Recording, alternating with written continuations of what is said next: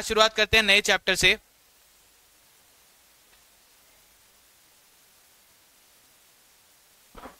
Hello,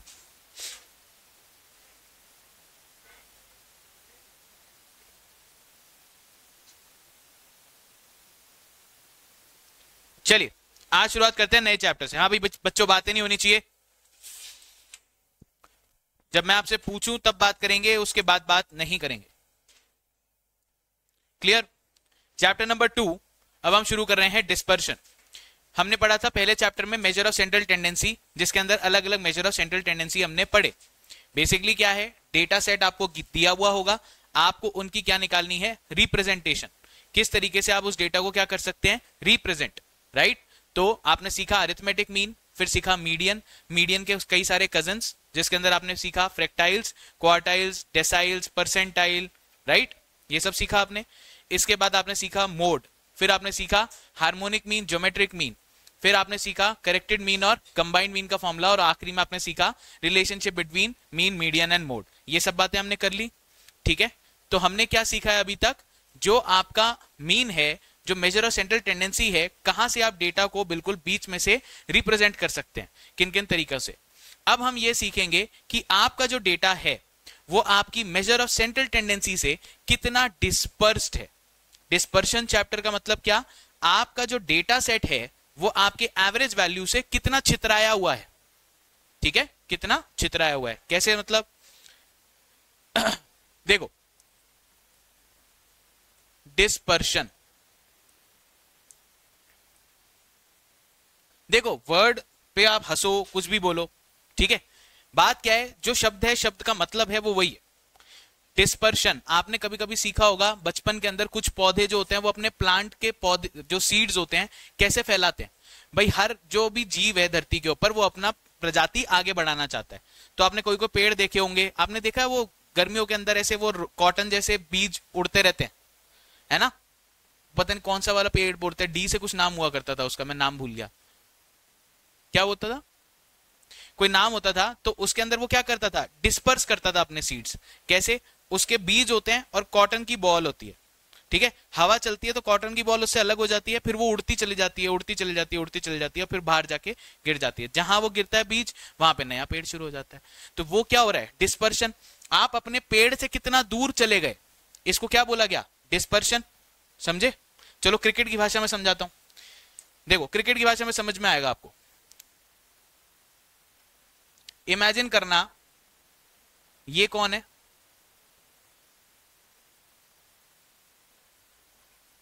drawing मेरी थोड़ी सी गंदी है तो थोड़ा आपको देखना पड़ेगा, ठीक है। कौन लग रहा है, जयशा। जयशा बैट कहां पकड़ता है, चलो मान लीजिए ये आदमी है, ये इसकी टोपी है, ये इसका बैट है, और इस आदमी का नाम क्या है, विराट कोहली। क्या नाम है इसका, विराट कोहली। अब ये अपने विकेट के सामने खड़ा हुआ है, ठीक है, इसके पीछे क्या है, 3 विकेट। अभी कुछ दिन से पहले तक ये बड़ा परेशान था। क्या इशू होता था, ये स्टांस लेता था, है ना, इसको बोलते हैं 3 विकेट तो आपने देखे ही है बैटिंग के अंदर। चौथी और 5वीं विकेट पे यहां पे बॉल जो है, कोई भी बॉलर आता था वो उसको यहां बॉल डालता था, यहां कहीं ऐसे करके यहां बॉल डालता था, बॉल निकलती थी, फिर वो यूं होती हुई जाती थी पीछे, ठीक है। इससे क्या होता था, बॉल डाली, बॉल ऐसे मूव हुई, इसने बैट अड़ाया, और उसके बाद में क्या हुआ, पीछे कीपर ने कैच कर लिया। तो ये आउट ही होता चला जा रहा था। पूरी ऑस्ट्रेलिया की सीरीज में ये ऐसे ही आउट हुआ है। 5 मैच, 2 इनिंग, एक ही तरीके से 10 बारी आउट, एक ही तरीके से 10 बारी आउट, हद होती किसी चीज की, ठीक है। अब आप समझिए, अगर कोई बैट्समैन, अगर कोई बॉलर है और उसे विराट कोहली का विकेट चाहिए, तो कितना आसान तरीका है ना। उसे पता है ये बार बार वही गलती कर रहा है, तीसरे के बाद चौथे 5वें विकेट की बॉल फेंको, बॉल गिरे, बॉल निकले बाहर, बल्ला अड़ाए और चल दिए जी कोहली साहब। आपके खाते में क्या आ जाएगा, आपका क्या नाम है?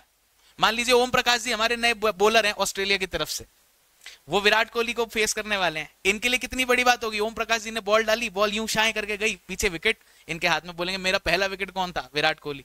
विराट कोहली की गलती से विकेट मिल रहा है, वो ओम प्रकाश जी की वजह से नहीं मिल रहा। समझ में आ रही है? वो तो काफी महान बैट्समैन है ना, ऐसे नहीं, आप वो खराब नहीं मानना अपने आप को, आप भी ले सकते हो, पर फिर भी ठीक है। अब मेरी बात समझना, देखो आप ये बोलोगे कि पिछली 10 बॉलों में विराट कोहली कैसे आउट हुआ है, ये 5वीं स्टंप की बॉल पे एवरेजली विराट कोहली कैसे आउट होता है, एवरेजली, क्या वर्ड यूज किया, एवरेजली विराट कोहली कैसे आउट होता है 5वीं स्टंप की बॉल पे। तो अगर आप अच्छे बॉलर हैं, अगर आप बढ़िया बॉलर हैं, बढ़िया प्लेयर हैं, तो आप क्या करोगे, अपनी सारी बॉलें कहां पिच करोगे, यहीं कहीं आसपास। आपका डिस्पर्शन ऑफ बॉल क्या होगा, चेंज होगा क्या, नहीं, वहीं आप आसपास खिलाओगे बॉल को टप्पा, यहां से उसके बाद में निकलेगी बॉल और बॉल विकेट आपको दिलवा देगी। पर अगर यहीं आप कोई पाकिस्तानी बॉलर जिनका दिमाग बहुत चलता है, भाईजान हम तो बहुत तेज डालते हैं, तो वो क्या करेंगे, वो फेंकेंगे कभी यॉर्कर, कभी बाउंसर, कभी वाइड, कभी यहां वाली वाइड, कभी छूट गई फुल टॉस, पीछे बॉल चली गई, कभी बाउंसर आधी बॉल पे इतना टिप्पा। इसको बेसिकली सेट होने का मौका दे रहे हैं। आपका डेटा सेट क्या है, सही जगह से बहुत ज्यादा डिस्पर्स्ड है। क्लियर हो रही, समझ में आ रही है बात, बॉल यहां डाली, यहां डाली, यहां डाली, यहां डाली, यहां डाली, आप अपने सक्सेस के चांसेस को क्या कर रहे हो, जो एवरेज आपको सक्सेस दिलाता है उससे आपका डेटा कितना है, छितराया हुआ है। क्लियर हुई क्या बात, इसे ही हम बोलते हैं डिस्पर्शन। जो एवरेज वैल्यू आपको रिजल्ट्स प्रोवाइड कर रही है, मेजर ऑफ सेंट्रल टेंडेंसी, उससे आपका जो भी अब आप प्लॉट कर रहे हो नई चीजें, वो कितना दूर हैं, इसे ही हम क्या बोलते हैं, डिस्पर्शन। क्लियर हुई क्या बात, अब आई बात समझ में, ठीक है। चलिए, तो हम यही पढ़ने वाले हैं। अच्छा, फाइनली एक बात और समझा देता हूं। फाइनली हम डिस्पर्शन पढ़ क्यों रहे हैं, फाइनली हम डिस्पर्शन पढ़ क्यों रहे हैं। एग्जाम्पल नंबर 2 देखिए, ये आपको कल काम आएगा किस तरीके से, स्टॉक मार्केट जब आप समझेंगे। एक और एग्जांपल देखो, थोड़ा एडवांस कॉन्सेप्ट है, थोड़ा समझने की कोशिश करना, ठीक है, और घबराना मत। मान लीजिए आप लोग के पास 1 लाख रुपए हैं, आप लोग के पास 1 लाख रुपए हैं, आपके पास नहीं तो आपके पापा ने बोला बेटा जाओ आप सीए की पढ़ाई कर रहे हो, है ना, स्टॉक मार्केट में जाओ इन्वेस्ट करो और मेरे को 15% का रिटर्न चाहिए, ठीक है। तो आप लेके गए 1 लाख रुपए, आप स्टॉक मार्केट में पहुंच गए। अब स्टॉक मार्केट में आपको पता चला कि 2 स्टॉक्स आपके सामने हैं जो आपको एवरेजली 15% का रिटर्न जनरेट करके देते हैं। इसका मतलब अगर साल की शुरुआत में आपने 1 लाख रुपए डाले तो 1 साल के बाद कितने मिलेंगे, 1,15,000। स्टॉक की वैल्यू क्या बढ़ गई होगी, 15% ऊपर हो गई होगी। यही हमें चाहिए था, 15% हमें रिटर्न कमानी। क्लियर हो गई क्या बात, तो एवरेज रिटर्न कितनी आपको चाहिए, 15%। क्लियर हो गई क्या बात, एवरेज रिटर्न, क्या बोल रहा हूं अगेन, एवरेज रिटर्न, एवरेज मतलब मेजर ऑफ सेंट्रल टेंडेंसी। इसे डिनोट किया जाता है किससे, एक्स बार से। आपका एक्स बार कितना है, 15%। पर अब आपके पास में स्टॉक्स कितने हैं, 2। अब मुझे बताइएगा किस में इन्वेस्ट करना ज्यादा समझदारी की बात। एक पहला स्टॉक है वो कुछ इस तरीके से मूव करता है, ये अपसाइड है, ये लो साइड है, ये एवरेज है, ये अपसाइड है, ये लो साइड है, ये क्या है, एवरेज। स्टॉक नंबर 1 कैसे मूव करता है, कभी इतना, कभी इतना, कभी इतना, कभी इतना, कभी इतना, कभी इतना, कभी इतना, कभी इतना, कभी इतना, कभी इस तरीके के मूवमेंट के बाद ये कहां एवरेज दिखा रहा है, 15। क्लियर होगी क्या बात, तो क्या बोल सकते हो, 15% से थोड़ा बहुत ऊपर या 15% से थोड़ा बहुत नीचे, एवरेजली फिर भी ये कितने दे देता है, 15। इसका एवरेज से डिस्पर्शन ज्यादा नहीं है, इसका एवरेज से डिस्पर्शन ज्यादा नहीं है। 15% आपको चाहिए जो स्टॉक आप चुन रहे हो। भाई आपके पास कोई भविष्यवाणी तो है नहीं, आप पीछे बस पास्ट का डेटा देख सकते हो कि ये कैसे बिहेव कर रहा है, इस बिहाफ पे आप निकाल सकते हो कि फ्यूचर में ये कैसे बिहेव करेगा।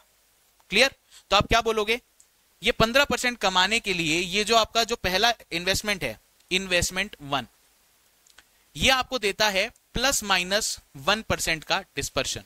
ऊपर नीचे कितना होता है, ±1%, यानी ये 16 पे भी जा सकता है, ये 14 पे भी जा सकता है, पर एवरेजली आपको कितने दे देगा, 15। सेफ लग रहा है, सेफ लग रहा है, ज्यादा से ज्यादा 1% ऊपर 1% नीचे, 14 से 16% एवरेजली मैं 15% कमा लूंगा, ज्यादा मुश्किल की बात नहीं है। क्लियर, पीछे केस नंबर 2, दूसरा इन्वेस्टमेंट आपके पास आया, वो भी आपको एवरेजली 15% दे रहा है, पर किस प्रकार? उसका मूवमेंट है अनप्रिडिक्टेबल।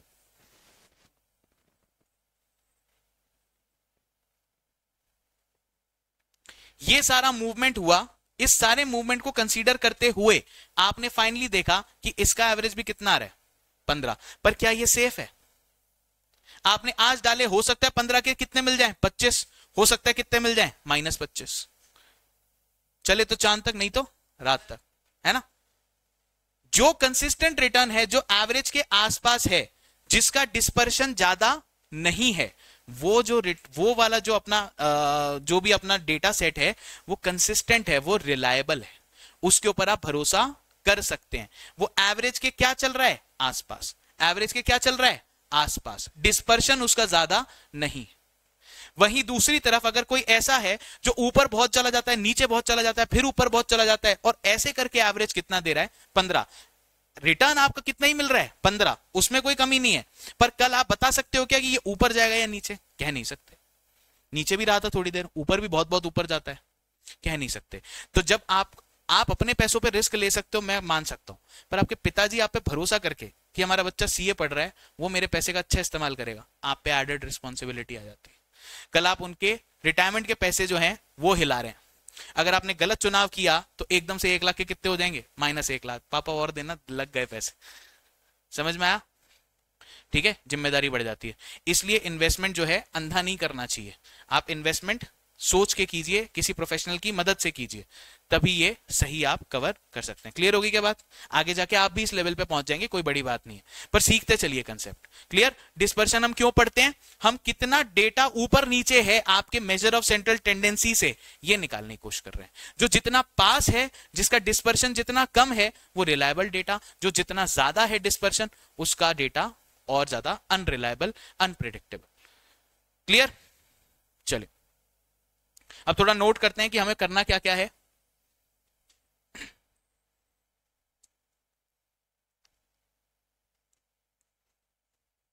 डिस्पर्शन तो आपने लिख लिया, चलिए लिखिए इसके अंदर हम पढ़ने क्या क्या वाले हैं। इसमें हम पढ़ने वाले हैं स्प्रेडनेस और average.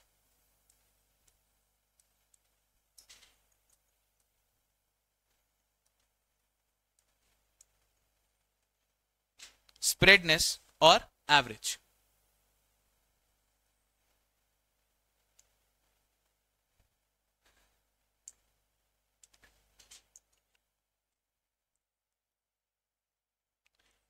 Range, quartile deviation.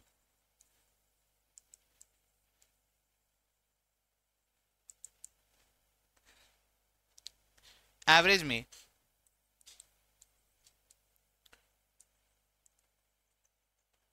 Mean deviation और स्टैंडर्ड डिविएशन। चलिए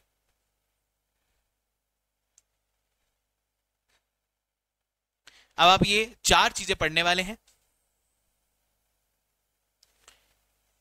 ये जो डिस्पर्शन है, एक सेकेंड,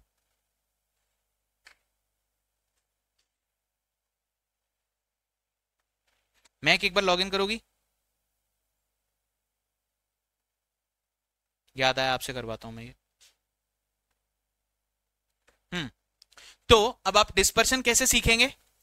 एक तो है स्प्रेडनेस, डेटा से कितना दूर है आपका data, highest value, lowest value, average value से कितना कितना दूर है। अगर आपका मीन है यहां, एवरेज है थोड़ा ऊपर, तो इसका क्या है? रेंज क्या हो गई? कम। और वही इसकी हाईएस्ट वैल्यू यहां है, इसकी लोएस्ट वैल्यू यहां है, तो रेंज क्या हो गई? ज्यादा। डेटा ज्यादा हिला हुआ है, इसको क्या बोलते हैं? रेंज। इसी को क्या बोलते हैं? Quartile deviation. क्वार्टाइल डिविएशन जो हमने क्वार्टाइल्स पढ़े थे, उसी के बेसिस में हम निकालेंगे क्वार्टाइल डिविएशन। तो यहां हम डिस्पर्शन किस तरीके से देख रहे हैं? स्प्रेड, बिखराव कितना है, वो कैसे बताएगा? स्प्रेडनेस से।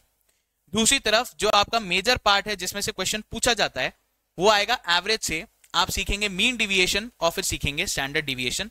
इसके स्टेप्स होंगे, ये कैसे होता है सब समझाऊंगा, ठीक है? और ये आपके आगे भी जीवन में काम आने वाला है, खासकर स्टैंडर्ड डिविएशन। क्लियर? यहां पे हम क्या करते हैं, हमने dx निकाला था जब मीन निकाल रहे थे, याद है, shortcut method, step deviation method में dx निकाला था। dx मतलब x bar minus assume mean. क्या निकाला था? x minus assume, x bar नहीं, x minus assume mean, x minus A निकाला था आपने। तो उसी तरीके से अपन यहां अपन क्या निकालेंगे, डिविएशन निकालेंगे, और एक बार उसका मीन करेंगे, एक बार उसका स्टैंडर्ड डिविएशन करेंगे। बस सिंपल, ज्यादा कुछ नहीं है, मैं सिखा दूंगा जैसे भी होगा ये। इसके अलावा अगली हेडिंग डालिए, एब्सोल्यूट मेजर और relative major.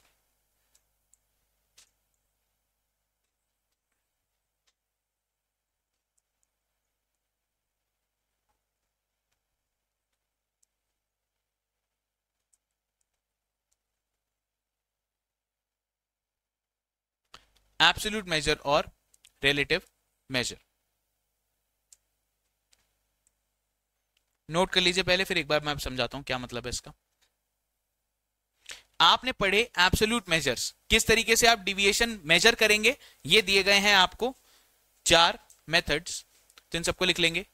Range,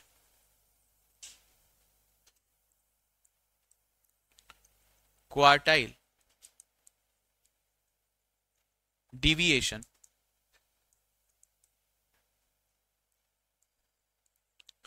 mean deviation,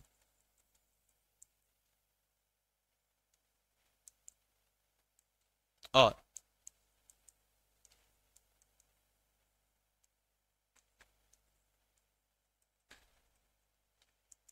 standard deviation. इन सबके कोफिशिएंट दिए गए हैं आपको।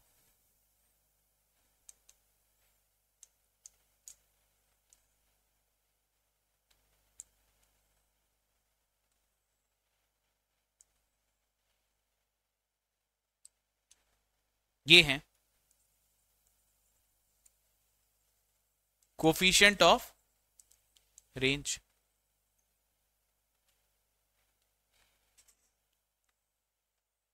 कोफिशिएंट ऑफ क्वार्टाइल डिविएशन,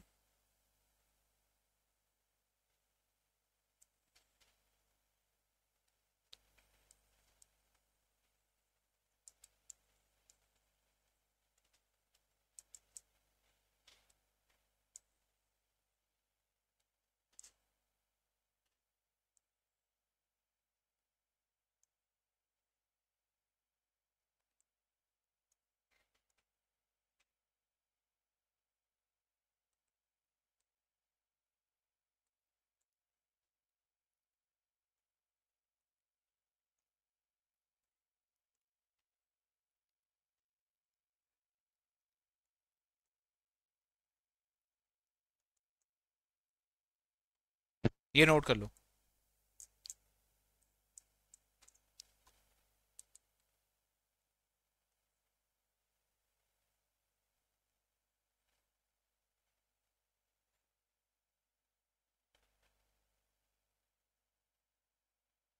ये आखिरी वाला जो है कोफिशिएंट ऑफ वेरिएशन, ये ही सेपरेट है इसमें।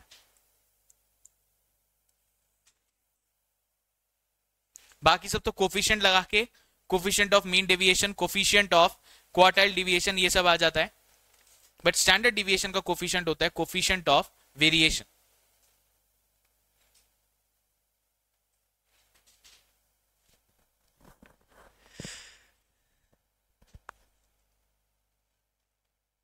अब समझिए इस बात का मतलब क्या है। आपका क्या नाम है? राघव। चलिए, तो एक तरफ हमारे पास दी गई है एब्सोल्यूट मेजर्स, एक तरफ दिए गए हैं रिलेटिव मेजर्स। आपको मतलब समझ में नहीं आ रहा होगा क्या है।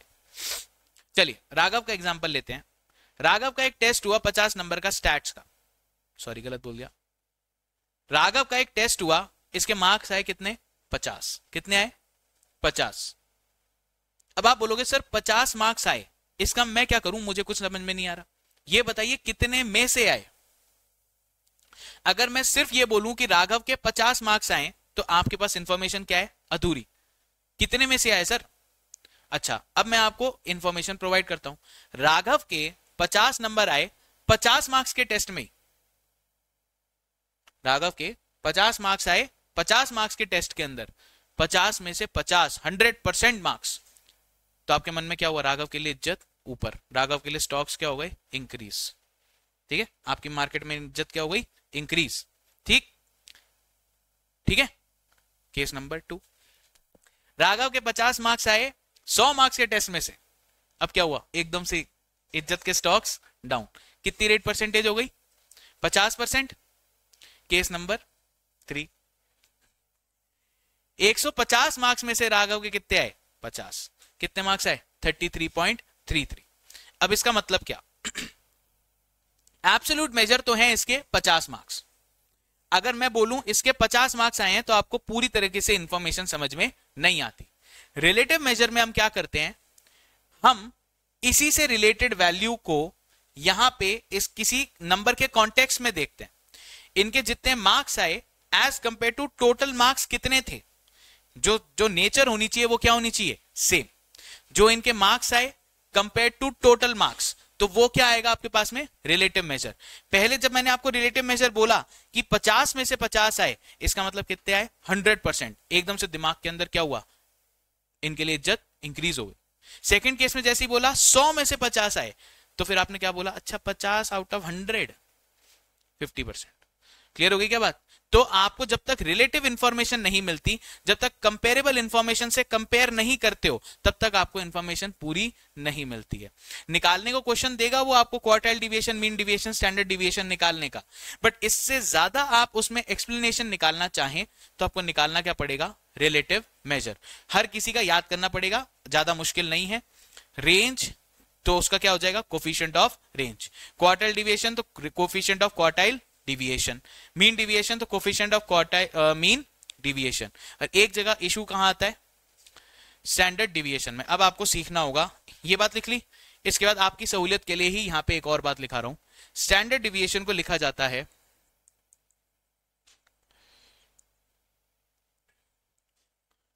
Standard deviation is equal to, ये न जैसा सिंबल बनाओ, ग्रीक सिंबल है, इसे बोला जाता है सिग्मा। क्या बोला जाता है? सिग्मा। लिखो इसको।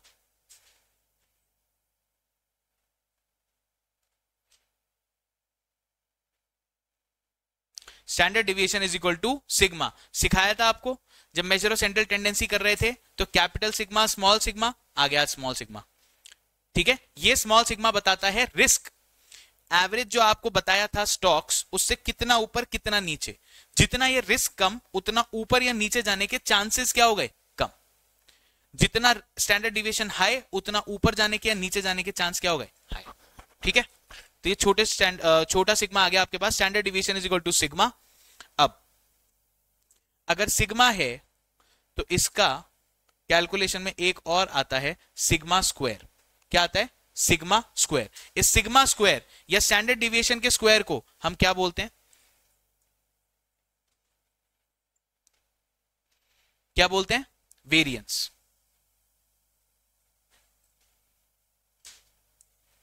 इसको लिख लो वेरिएंस या स्टैंडर्ड डिविएशन का स्क्वायर, ऐसे लिख लो। वेरिएंस ऑफ स्टैंडर्ड डिविएशन का square is equal to S D square. Clear? और दूसरी तरफ अभी आपने क्या पढ़ा?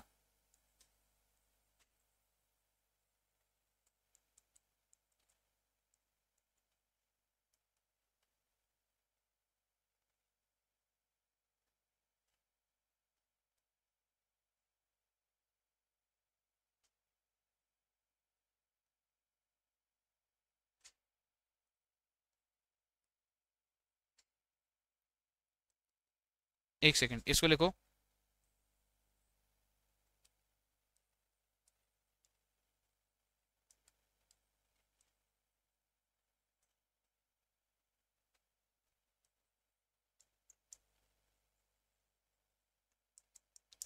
ये तीनों अलग बातें हैं। Relative measure of standard deviation is equal to coefficient of variation.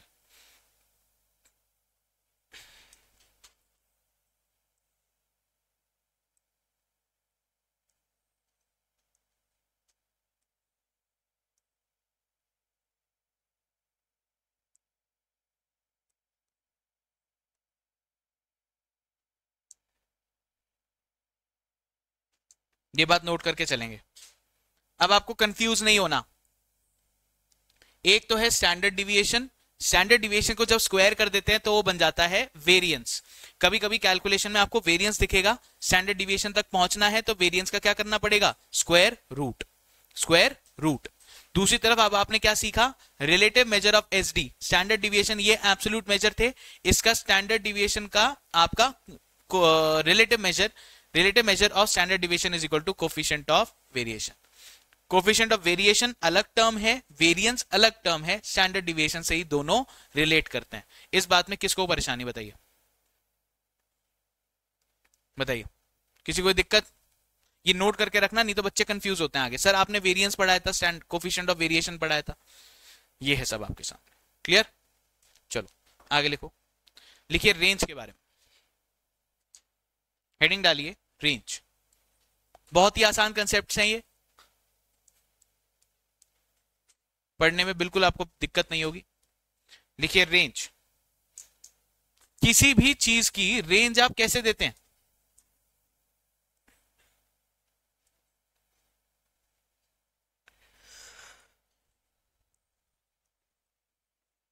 किसी भी चीज की रेंज कैसे दी जाती है बच्चों?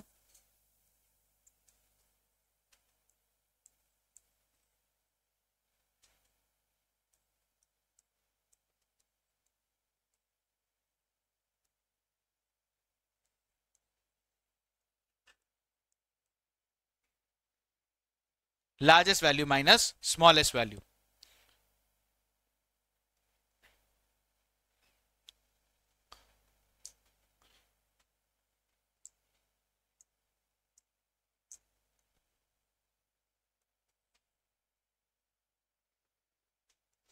अगर रेंज ये है तो coefficient of range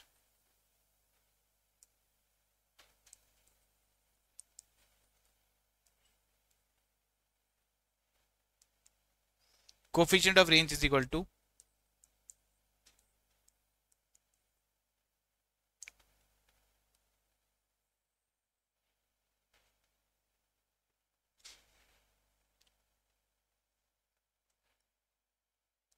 L minus S upon L plus S.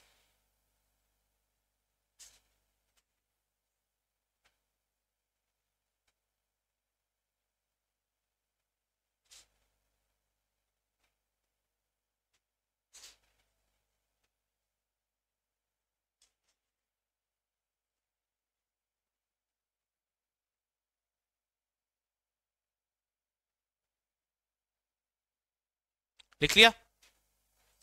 चलिए देखिए इंडिविजुअल, डिस्क्रीट और कंटिन्यूस सीरीज में कैसे हम करते हैं यूज इसे। हेडिंग डालिए इंडिविजुअल सीरीज।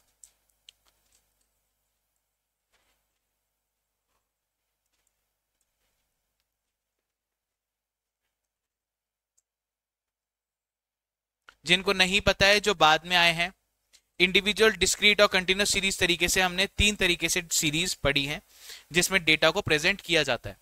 अगर डेटा ऐसे ही दिया गया है आपको बिना किसी फ्रीक्वेंसी के, सिर्फ डेटा डेटा डेटा डेटा दिया गया है, तो उसे क्या बोला जाता है, इंडिविजुअल सीरीज। जब भी फ्रीक्वेंसी बीच में ऐड हो जाती है तो उसे हम बोलते हैं ग्रुप फ्रीक्वेंसी डिस्ट्रीब्यूशन।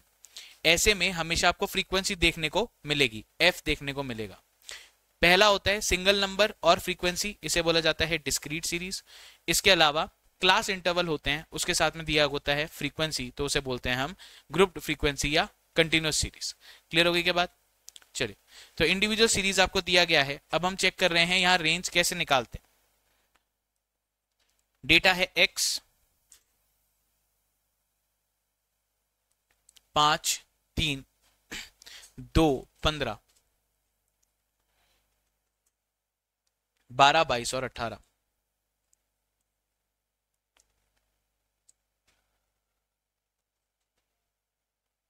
पांच 3 2 15 12 22 और 18।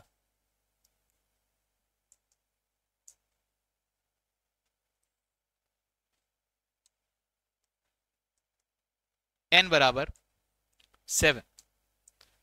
n बराबर 7। रेंज कैसे देते हैं आप? Range is equal to L minus S. क्या सीखा था? Largest value minus smallest value, range is equal to L minus S. Largest value क्या है इसमें 22, स्मॉलेस्ट वैल्यू रेंज क्या आ गई, रेंज आ गई 20। कोफिशिएंट ऑफ रेंज क्या होता है,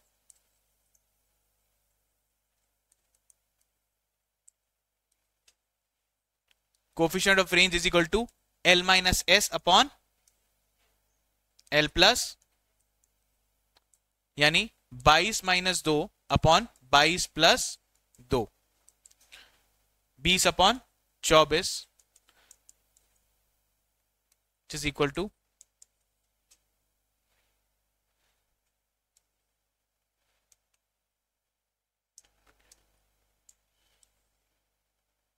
0.83।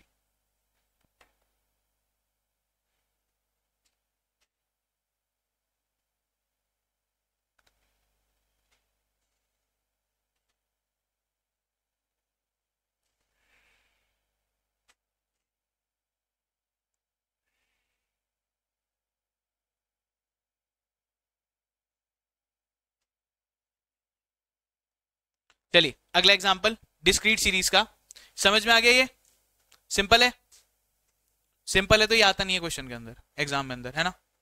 जीवन इतना आसान थोड़ी है, जो चीज आसान है वो क्वेश्चन पेपर में नहीं पूछी जाती, ठीक, जब मुश्किल आएगी वही आएगा, जो चीज लगे ये समझ में नहीं आया बस वही आएगा, ऐसे बोलो ये तो पक्का ही आएगा, ऐसा होना चाहिए, ठीक है।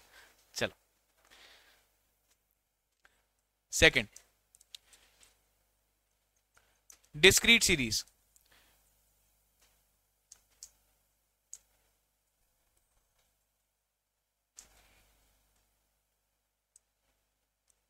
डेटा दिया हुआ x और f,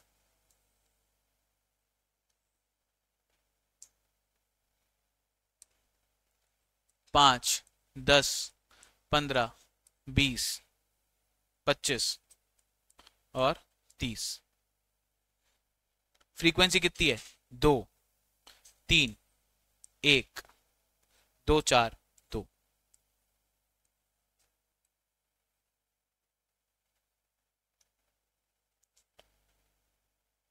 number of observation sigma F किसके बराबर होगा,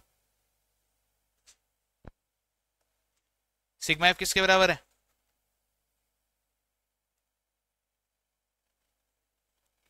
है? कितनी ऑब्जर्वेशन है इस डेटा सेट में, कितनी,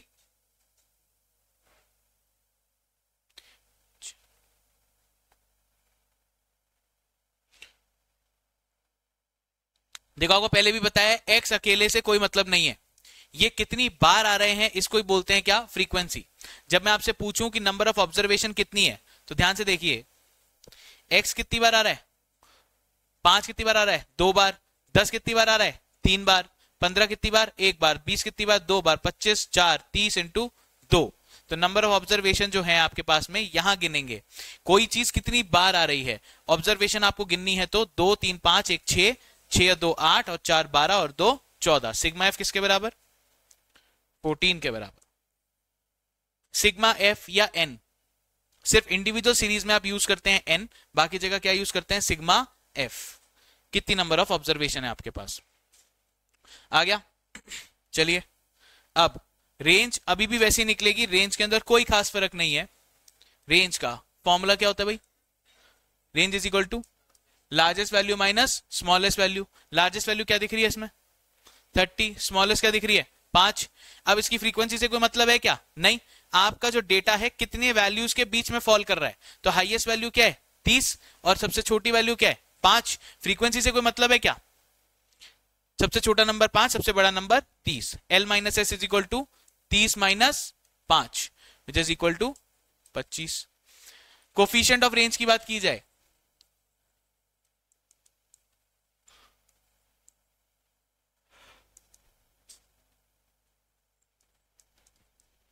तीस माइनस 5 अपॉन 30 प्लस 25 अपॉन 35 करना कितना आ रहा है 0.714।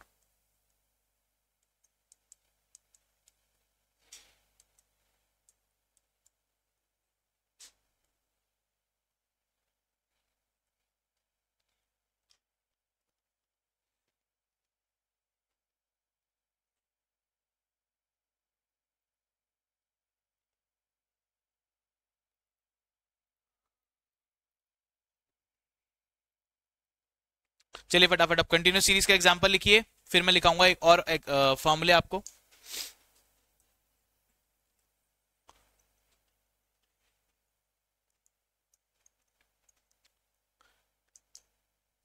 यहां क्या दिए गए होंगे आपको? क्लास इंटरवल्स x और f। डेटा दिया है 0 से 5, 5 से 10, 10 से 15,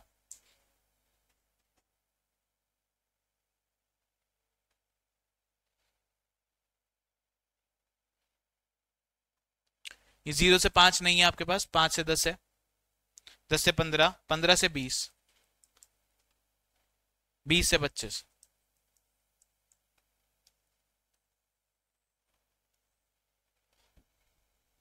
20 से 25, 1, 3, 5 और 2। सिग्मा एफ किसके बराबर है? 1, 3, 4, 5, 9 और 2, 11।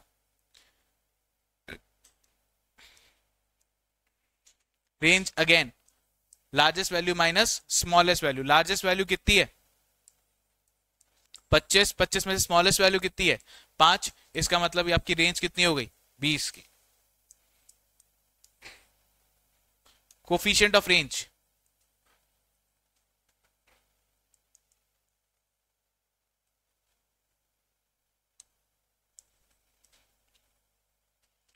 Coefficient of range L minus S upon L plus S। 25 minus 5 divide by 25 plus 5, 20 upon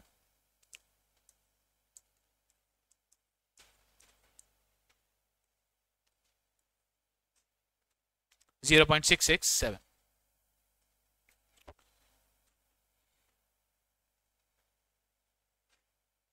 clear?